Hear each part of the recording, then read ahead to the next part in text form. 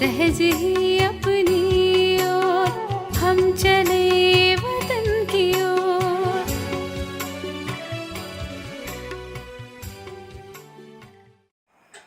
ஒற்றுமைதான் பாதுகாப்பு சாதனம்.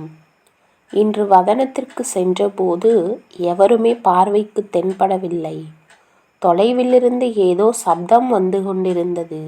ஏதோ முக்கியமான காரியம் நடைபெற்று கொண்டிருப்பது போல் தோன்றியது. நான் முதலில் சிறிது நின்றேன். ஆனால் பிறகு முன்னேறிச் சென்று பார்க்கும் பொழுது சிவ் பாபா, பிரம்ம பாபா, மம்மா மற்றும் விஸ்வ கிஷோர் ஆகிய 4வரும் தங்களுக்குள் உரையாடி கொண்டிருந்தனர். மேலும் பெரிய வரைபடம் அவர்கள் முன் இருந்தது. அதில் சில அடையாளம் முதலியவை தென்பட்டன. மம்மா அனைத்து குழந்தைகளின் நிலையை பற்றி கேட்டுக்கொண்டிருந்தார்கள். நான், மம்மா, தாங்கள் பாபாவையும் அழைத்து கொண்டு விட்டீர்கள் என்றேன். குழந்தைகளிடம் இருந்து தாய் தந்தையின் சாக்கார துணை விலகுவதை மம்மாவும் விரும்பவில்லைதான். ஆனால் அது நாடகமாகும் என்றார் மம்மா. பின்னர் நான் பாபாவிடம், பாபா, இவை என்ன வரைபடங்கள் என கேட்டேன்.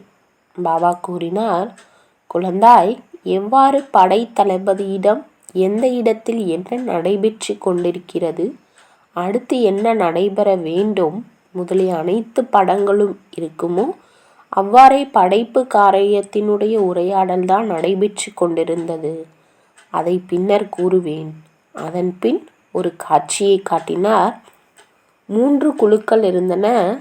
ஒன்று செந்நிற எறும்புகள் தங்களுக்குள் பந்து போல் ஒன்று சேர்ந்து கொண்டிருந்தன. பிரம்ம பாபா துவக்கத்தில் கண்டதை போன்ற காட்சியாக இருந்தது.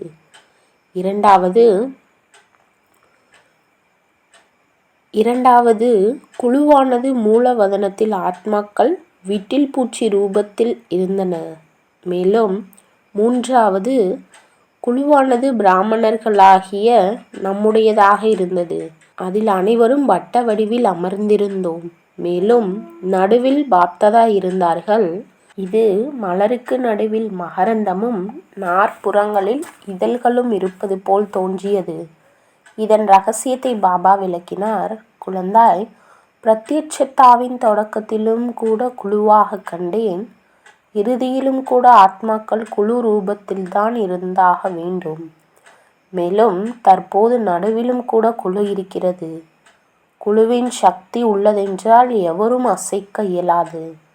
பாருங்கள், பாப்தாதா எங்கிருந்தெல்லாம் தேர்ந்தெடுத்து குழுவை உருவாக்கியுள்ளார்கள்.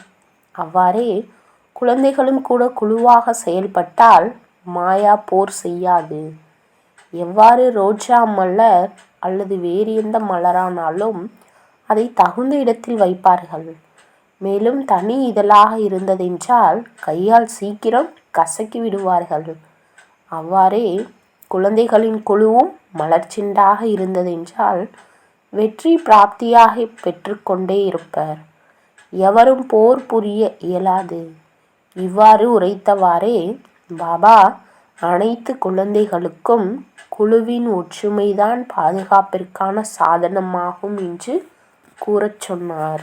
तुम बच्चों को तो सर्विस करनी है, जो बाबा कहते हैं सबको ये बताओ कि देखो तुम्हारा एम एंड ऑब्जेक्ट ये है, एक गीता है बढ़िया, ये राजयोग है ना बच्चे। कैसे है राजयोग? बिल्कुल सहज है कि बाप को याद करो तो ये वैसा मिलेगा तुमको।